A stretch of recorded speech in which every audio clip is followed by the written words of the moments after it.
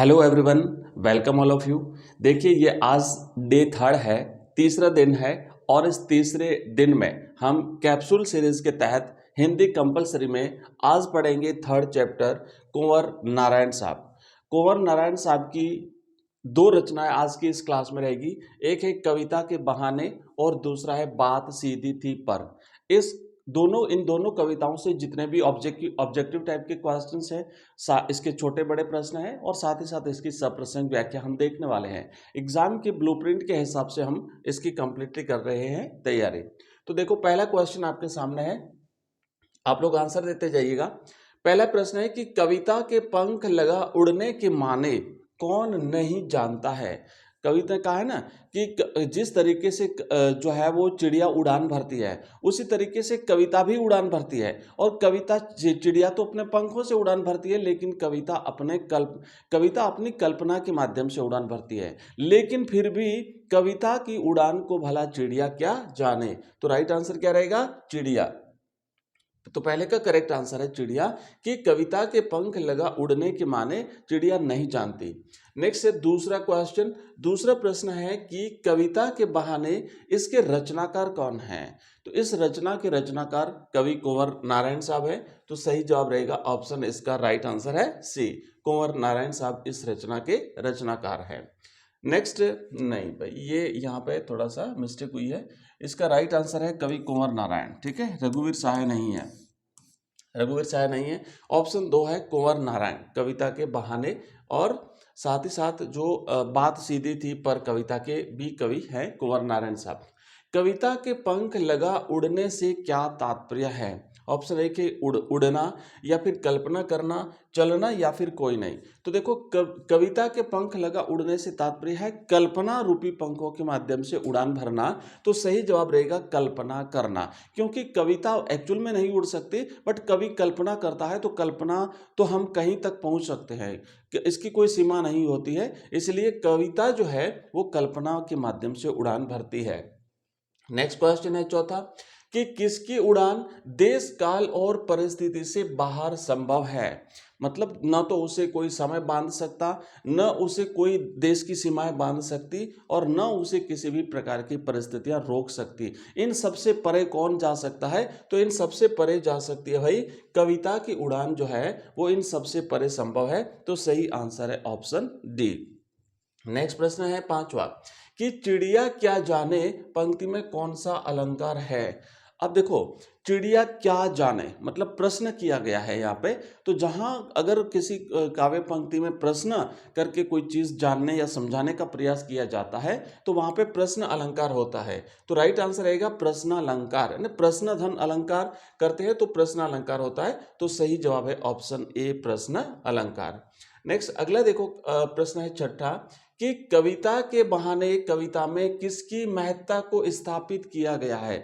आखिर इस कविता के माध्यम से कवि कहना क्या चाहता है, महत्व किस बात का है, कविता का, या फिर चिड़िया की उड़ान की महत्ता, या फूलों की महक की महत्ता, या बच्चों के खेल की महत्ता। तो आखिरकार कवि बात कर रहा है बच्चों कविता के बारे में, कविता के महत्व को स्थापित करना चाहता है कि भाई देखो कविता जो है उसकी कोई उड़ान की कोई सीमा नहीं होती, उसके खिलने की कोई सीमा नहीं होती। जिस तरीके से बच्चों का खेल होता है बिना किसी बंधन के, वैसे ही कविता जो है वो हमें वर्षों युगों युगों तक जो है वो आनंदित करती रहती है, उड़ान भरती रहती है, सबको एक जैसा भाव प्रदान करती है।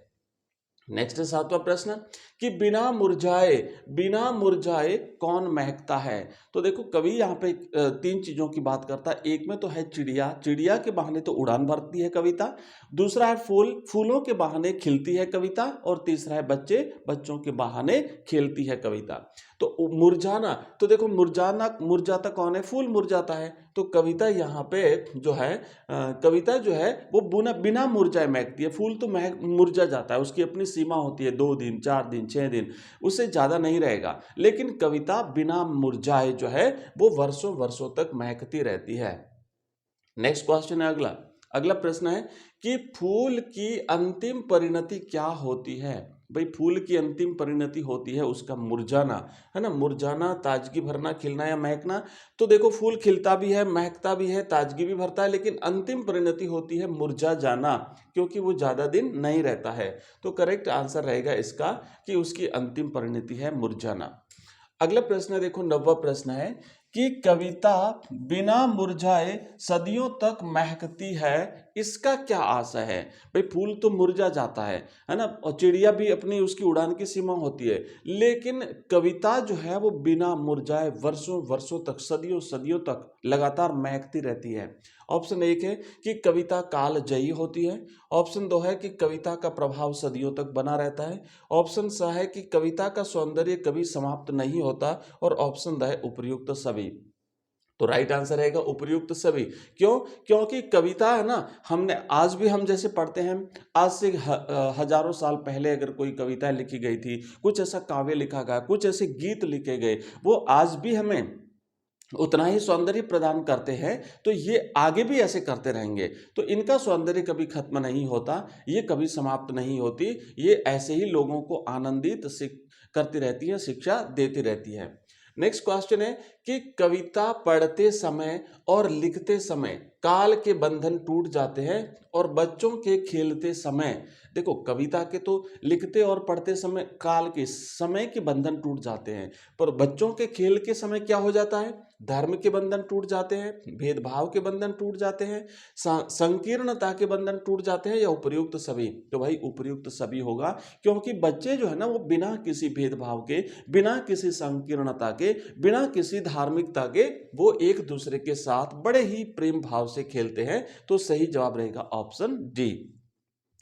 नेक्स्ट प्रश्न देखो कि बात सीधी थी पर कविता के रचयिता कौन है। अब देखो कविता वाली के क्वेश्चंस तो पूरे हुए। कुंवर नारायण साहब की दूसरी रचना है वो है बात सीधी थी पर। इस कविता के भी हम क्वेश्चन कर लेते हैं। पहला है कुंवर नारायण साहब है, फिराक गोरखपुरी है, उमाशंकर जोशी है, या फिर रघुवीर सहाय है। तो राइट आंसर रहेगा यहाँ पर इनका कुंवर नारायण साहब। बाकी इन सभी की भी रचना हमारे सिलेबस में है, तो हम एक एक करके इन सबको भी देखने वाले हैं। नेक्स्ट प्रश्न देखो, अगला है बात सीधी थी पर। अगला क्वेश्चन है कि बात सीधी बात किसके चक्कर में टेढ़ी फंस गई। बात सीधी सरल थी पर उसको क्या हुआ कि वो टेढ़ी फंस गई। क्या हुआ कि वो जो है वो एक प्रकार से विकृत हो गई। ऑप्शन 1 है तर्कशास्त्र के चक्कर में, दूसरा है विज्ञान के चक्कर में, तीसरा है भाषा के चक्कर में, या फिर उपर्युक्त सभी के चक्कर में। तो राइट आंसर रहेगा भाषा के चक्कर में। कवि ने उसे अलंकारिक भाषा में जो है एक प्रकार से सजाने का प्रयास किया, जटिल शब्दों का प्रयोग किया, और जो बात थी बिल्कुल सीधी सादी थी, सिंपल थी, वो जरा टेढ़ी फंस गई। नेक्स्ट प्रश्न देखो 13वां है कि भाषा के क्या करने से बात और अधिक पेचीदा हो गई। भाषा को उलटने पलटने से, क्योंकि भाषा का जब अर्थ नहीं आ रहा था तो कवि ने उसे उल्टा पलटा, है ना, जो है तोड़ा मरोड़ा, घुमाया फिराया। तो उपर्युक्त सभी, तो राइट आंसर रहेगा उपर्युक्त सभी। कवि ने उसके साथ ये सारी चीजें करी, तो इससे उसका जो भाव था वो और ज्यादा बिगड़ गया, बात और ज्यादा जो है वो पेचीदा होती चली गई। नेक्स्ट अगला प्रश्न है कि कवि के कर्तव्यों को देख करके तमाश बिनों ने क्या किया। कवि जब भाषा के साथ खेल रहा था, कवि जब बात को समझाने का प्रयास कर रहा था, लेकिन वो भाषा की जटिलता में जकड़ता जा रहा था, तो जो तमाश बिन थे उन्होंने क्या किया, उसकी झूठी तारीफ करी, शाबाशी दी, वाहवाही की, या फिर उपर्युक्त सभी। तो यहाँ पे इस क्वेश्चन का सही जवाब रहेगा कि वो जो लोग थे ना, उन्होंने क्या किया कि उस कवि को वाहवाही करते रहे, उसकी तारीफ करते रहे, वाह क्या बात है, शाबाश बहुत बढ़िया। लेकिन वो भाषा तो वो बात तो उसके चक्कर में जो है वो समाप्त हो गई। तो सही जवाब रहेगा शाबाशी भी दी, वाहवाही भी करी, उसकी तारीफ भी करी। नेक्स्ट प्रश्न देखो, इसका आंसर दो।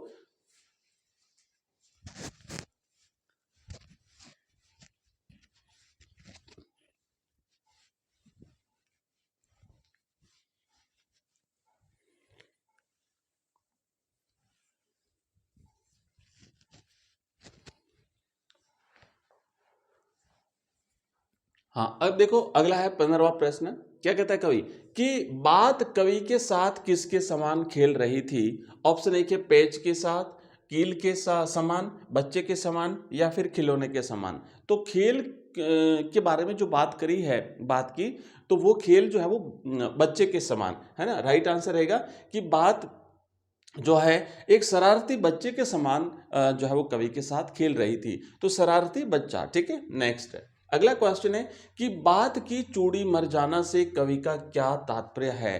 कवि कहता है ना, मैं उसके साथ लगातार जो है वो उसे उसे घुमाता रहा, फिराता रहा, तोड़ता रहा, मरोड़ता रहा, आखिरकार उसकी चूड़ी ही मर गई। चूड़ी होती है ना, आपने देखा हो जो कील होती है, मतलब कील जो होती है ना, जैसे मान लो ये कील है तो इसके ऊपर ऐसे जो ये जो कील है जैसे मान लो, तो इसके ऊपर ऐसे है ना, ऐसे जो ऐसे गोल गोल होता है जिससे अपन उसको उसको टाइट करके ऐसे ऐसे करके कसते जाते हैं। तो ये जो है ना ये समाप्त हो गई, चूड़ी ही मर गई, तो फिर वो अंदर जाएगी नहीं, उसमें कसाव आएगा नहीं। तो यहाँ पे क्या कह रहा है कि चूड़ी मर जाने से क्या तात्पर्य है भाई, ये तो इसकी तो चूड़ी मर जाती तो समझ में आया, पर बात की चूड़ी मर जाने से क्या तात्पर्य है।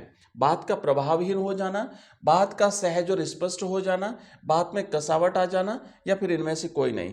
तो बात का प्रभावहीन हो जाना, फिर बात का प्रभाव ही समाप्त हो गया, ये जो था ना ये समाप्त हो गया, तो फिर बात का कुछ महत्व ही नहीं रहा, क्योंकि उसकी जो प्रभाविता थी वो तो हो गई समाप्त। तो राइट आंसर रहेगा ऑप्शन ए। अब देखो नेक्स्ट है 17वां प्रश्न कि कविता में किसकी सहजता की बात करी गई, कवि ने करी है। बात सीधी थी पर कविता में किस बात की सहजता की बात करी है। अलंकार की सहजता की, छंद की सहजता की, व्याकरण की सहजता की, या भाषा की सहजता की। तो भाई इन सभी के बारे में कवि ने कोई बात नहीं करी, इन सभी के चक्कर में ही तो बात जो सीधी बात थी वो टेढ़ी फंस गई। तो कवि भाषा की सहजता की बात करता है कि जो कोई सिंपल सीधी सी भाषा होती है उसे हमें उसे जटिलता में जकड़ना नहीं है, बल्कि उसे सीधे शब्दों में कह देना है ताकि सामने वाले को भी समझ में आ जाए। नेक्स्ट देखो अगला क्वेश्चन है, हाँ, भाषा की। अगला प्रश्न है कि बनावटी और आडंबर युक्त भाषा के प्रयोग से बात कैसी हो गई। बात प्रभावहीन हो गई, उद्देश्यहीन हो गई, अर्थहीन हो गई, या उपर्युक्त सभी हो गई। तो भाई ये बात जो थी ना वो ये सारी चीजें हो गई, उसमें उसका प्रभाव समाप्त हो गया, उसका उद्देश्य ही समाप्त हो गया। तो करेक्ट आंसर रहेगा ऑप्शन डी।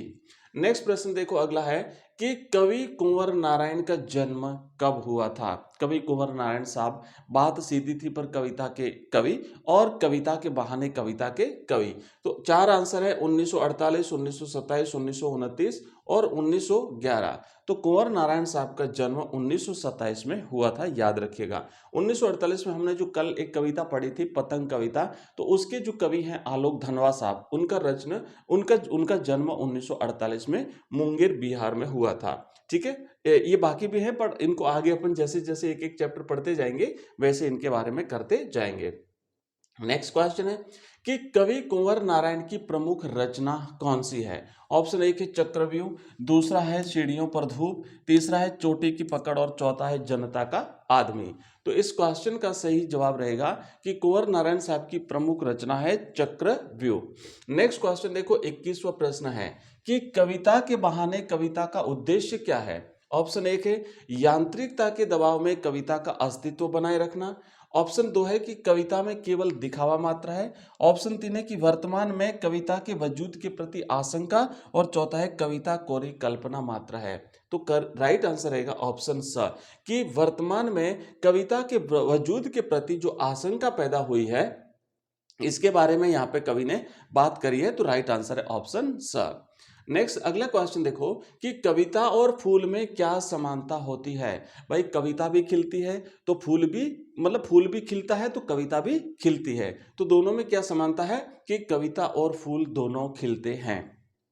नेक्स्ट अगला देखो कि बिना मुरझाए महकने के माने पंक्ति का आशय क्या है। फूल कभी, मतलब फूल जब खिलता है तो वो कभी न कभी तो मुरझाता है, लेकिन कविता तो क्या है, कविता तो बिना मुरझाए जो है वो महकती है। फूल बिना मुरझाए महकते हैं, कविता कभी नहीं मुरझाती, कविता कभी नहीं महकती, या फूलों में सुगंध होती है कविता में नहीं होती। नहीं, आंसर है कि कविता कभी नहीं मुरझाती। मतलब कविता जो आनंद आज देती है वैसा का वैसा आनंद, उसका सौंदर्य हमेशा हमेशा बना रहता है, वो कभी कम नहीं होता, इसलिए कविता कभी मुरझाती नहीं है। नेक्स्ट क्वेश्चन, अगला प्रश्न देखो कि सब घर एक कर देने के माने पंक्ति का आशय क्या है। बच्चे जब खेलते हैं तो खेल खेल में वो कभी भेदभाव नहीं करते। वो किसी भी मित्र के घर चले जाते हैं, कहीं पर भी अपना खेल शुरू कर देते हैं। उसमें उनमें कभी किसी प्रकार के भेदभाव की कोई जो है वो गुंजाइश ही नहीं होती। तो इसलिए वो सब घर एक कर देते हैं। इसका अर्थ क्या है कि कविता की भावना सबके लिए एक समान है। खेल में सब बच्चे अलग अलग हो जाते हैं। बच्चे खेल में सब घरों को एक मेव कर देते हैं, या बच्चे खेलने के लिए सभी घरों में जाते हैं। तो राइट आंसर क्या रहेगा कि कविता की भावना सबके लिए एक समान है। बच्चों की तरह कविता किसी के साथ भेदभाव नहीं करती। जो भी कविता प्रेमी है, जो भी कविता के प्रति इंटरेस्ट रखता है, रुचि रखता है, कविता उसको उसी भाव से जो है वो आनंदित करेगी। नेक्स्ट 25वां प्रश्न है कि बात और भी पेचीदा होती चली गई, क्यों? बात और ज्यादा पेचीदा क्यों हो गई भाई? सीधी सरल बात थी, तो पेचीदा क्यों हो गई? ऑप्शन एक है कि भाषा का चमत्कार दिखाने के चक्कर में, दूसरा है सीधी भाषा के चक्कर में, या फिर उसे पाने की कोशिश में, या फिर भाषा से बाहर आने के कारण। तो भाई भाषा का चमत्कार दिखाने के चक्कर में जैसे जैसे जटिल अलंकारिक शब्दों का प्रयोग किया, तो भाषा जो है वो और ज्यादा पेचीदा होती चली गई। करेक्ट आंसर है ऑप्शन ए।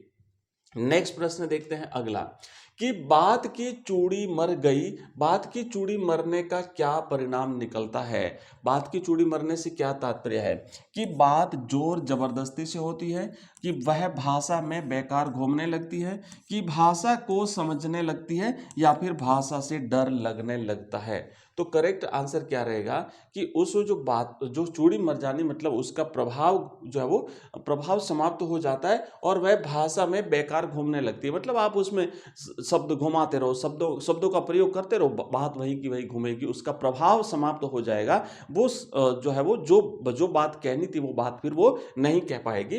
तो करेक्ट आंसर रहेगा इसका ऑप्शन ब।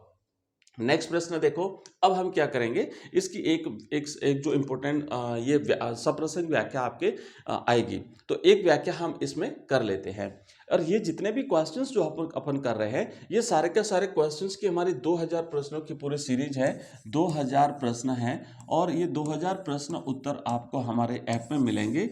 एजुकेशन राइज नाम का अपना ऐप है, एजुकेशन राइज, ठीक है, RISE। ये एजुकेशन राइज का लिंक आपको इस नंबर पे व्हाट्सएप मैसेज करोगे तो आपको मिल जाएगा 9079622989। इस नंबर पे आपको टोटली सीरीज मिल जाएगी। चलिए अब देखिए हम करेंगे इसकी सप्रसंग व्याख्या। क्या लिखा है कि कविता एक उड़ान है चिड़िया के बहाने, और कविता की उड़ान भला चिड़िया क्या जाने। बाहर भीतर इस घर उस घर, कविता के पंख लगा उड़ने के माने, चिड़िया क्या जाने। तो पहले तो मैं बता दूं आपको कि ये जो कविता है ना, कविता के बहाने, इसमें टोटल 3 पद हैं। ये हमने पहला पद लिया है। पहले पद में कवि ने कविता की तुलना चिड़िया से की है, दूसरे पद में कवि ने कविता की तुलना फूलों से की है, और तीसरे पद में कवि ने कविता की समानता और जो है वो बच्चों के साथ दिखाई है, उसका खेलना। तो अब यहाँ पे कवि क्या करता है कि उसके साथ समानता भी दर्शाता है और उसकी तुलना भी करता है। समानता क्या है कि जैसे चिड़िया जो होती है वो उड़ान भरती है, वैसे कविता भी उड़ान भरती है। चिड़िया अपने पंखों से उड़ान भरती है, और कविता अपनी कल्पना रूपी शब्दों से उड़ान भरती है। तो क्या कहता है कवि कि कविता एक उड़ान है चिड़िया के बहाने। जैसे चिड़िया उड़ान भरती है पंखों के माध्यम से, वैसे कविता भी उड़ान भरती है कल्पना के माध्यम से। कविता की उड़ान भला चिड़िया क्या जाने। लेकिन वही कवि यहाँ पे ये कह रहे हैं कि जो चिड़िया होती है ना, उसकी उड़ान की अपनी सीमा होती है, वो ज़्यादा दूर तक नहीं जा पाएगी। वो घर से बाहर निकलेगी, घर के भीतर जाएगी, एक घर में जाएगी, पड़ोस घर में जाएगी, उससे ज़्यादा दूर नहीं जाएगी। लेकिन कविता जो है ना, लेकिन कविता के पंख लगा उड़ने के माने, भाई कविता जब कल्पना पर सवार हो जाती है, हमारे विचारों पर, हमारी कल्पना रूपी विचारों पर जब कविता सवार हो जाती है, तो वो पूरी दुनिया और दुनिया से भी परे न जाने कहाँ कहाँ तक जो है वो उड़ान भर सकती है। तो ये ये यहाँ पर तक तो समानता है ना, कि कविता बाहर भीतर यहाँ तक तो उसके साथ समानता है, चिड़िया के बहाने उड़ान तक तो समानता है, लेकिन उसके बाद ये कविता इस चिड़िया की उड़ान से आगे निकल जाती है और यहाँ पे चिड़िया उसकी तुलना नहीं कर सकती और न ही उसकी उड़ान के माने समझ सकती है। चिड़िया क्या जाने, चिड़िया नहीं जान सकती, मतलब यहाँ पे कविता आगे निकल जाती है। अब देखो कि अब हम यहाँ पे इसकी अगर सप्रसंग व्याख्या जो आती है ना, वो आपको कैसे करनी है कि हम रोज ही देखते हैं, सबसे पहले संदर्भ लिखना है, फिर प्रसंग लिखना है, फिर व्याख्या लिखनी है और फिर विशेष लिखना है, तब जाके आपकी 6 नंबर की सप्रसंग व्याख्या होती है कंप्लीट। आपको इसमें मिलेंगे टोटल 6 नंबर। तो 6 नंबर कैसे मिलेंगे? 2 नंबर तो होते हैं आपके इसके संदर्भ और प्रसंग के। संदर्भ में हमने रोज ही बात करते हैं, क्या लिखना है, हमें उस कविता का नाम लिखना है, वो कविता कहाँ से ली गई है ये लिखना है और उसके कवि का नाम लिखना है। ये आपका 1 नंबर पक्का। तो अब ये आप इसे अंडरलाइन भी कर सकते हैं, ब्लैक पेन से अंडरलाइन कर लीजिए या जिस पेन से ब्लू पेन से लिख रहे हैं उसी से अंडरलाइन कर लीजिए।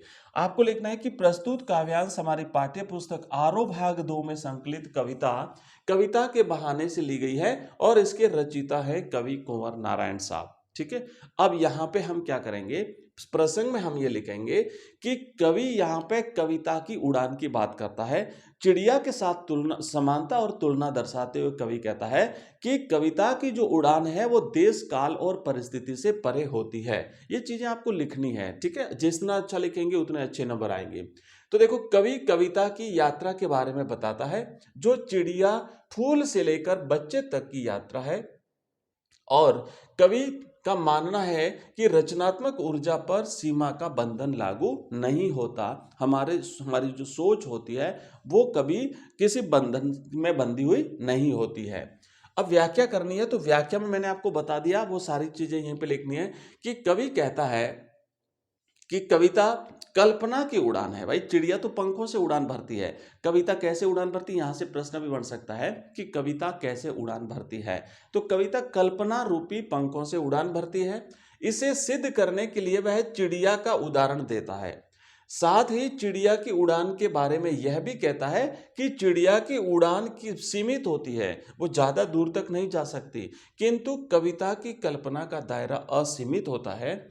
चिड़िया घर के अंदर बाहर या एक घर से दूसरे घर तक उड़ती है क्योंकि वो ज्यादा दूर नहीं जा पाती, परंतु कविता की उड़ान व्यापक होती है, उसकी कोई सीमा नहीं है। कवि के भावों की कोई सीमा नहीं है। कविता घर घर की कहानी कहती है, वह पंख लगाकर हर जगह उड़ जाती है, उसकी उड़ान चिड़िया की उड़ान से कहीं आगे होती है।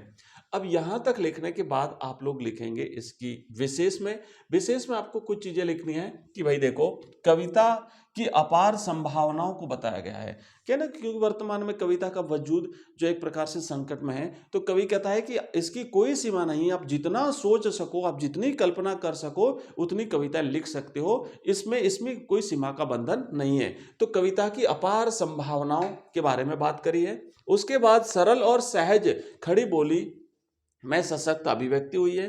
चिड़िया क्या जाने में प्रश्न अलंकार है। ठीक है, यहाँ पे अलंकारों के बारे में भी बात करनी है हमें।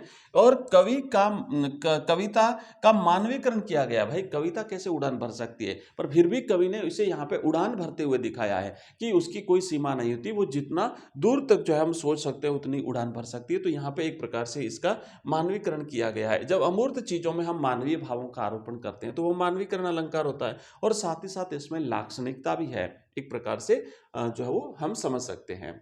अब देखिए नेक्स्ट जो है ना, अब इसके हम करेंगे प्रश्न उत्तर। विशेष में लिखेंगे कि कविता के बहाने कविता में कवि को किस बात का संदेह। अब यहाँ पे कुछ इंपॉर्टेंट प्रश्न जो इस चैप्टर से बन सकते हैं वो हमें यहाँ पे आपको दिखा देता हूं। तो ये हमने देखा। दूसरा क्या है, यहाँ से ये प्रश्न भी बन सकता है कि कविता की उड़ान और चिड़ियों की उड़ान में क्या अंतर है। तीसरा है, कविता और बच्चों के खेल में क्या समानता है। फिर है कि कविता की तुलना फूलों से क्यों की गई है, बताइए। ये कुछ प्रश्न है और यहाँ पे हम कुछ प्रश्न देखेंगे भी। अगला देखो कि कविता की उड़ान को चिड़िया क्यों नहीं जान सकती। फिर है कि बच्चों वह कविता के संदर्भ में यह घर वह घर का क्या अर्थ है। फिर है कि कविता का खिलना फूल क्यों नहीं जान सकता, कविता के बहाने कविता का मूल भाव लिखिए, और कविता के संदर्भ में बिना मुरझाए महकने के माने क्या है। तो ये कुछ इंपॉर्टेंट क्वेश्चंस जो हैं ये आप लोग ध्यान दीजिएगा, इस टाइप के प्रश्न आ सकते हैं। हालांकि ये सभी प्रश्नों के उत्तर की हम बात करेंगे, मैं आपको भी बताऊंगा। तो अभी देखो, अभी सारे तो नहीं बट कुछ प्रश्न अपन इसमें से करेंगे। तो प्रश्न देखो नेक्स्ट है कि कविता एक उड़ान है चिड़िया के बहाने, पंक्ति का भाव बताइए। तो हमने देखो पहले ही बात करी ना कि कविता जैसे चिड़िया उड़ान भरती है वैसे कविता भी उड़ान भरती है कल्पना रूपी पंखों के माध्यम से।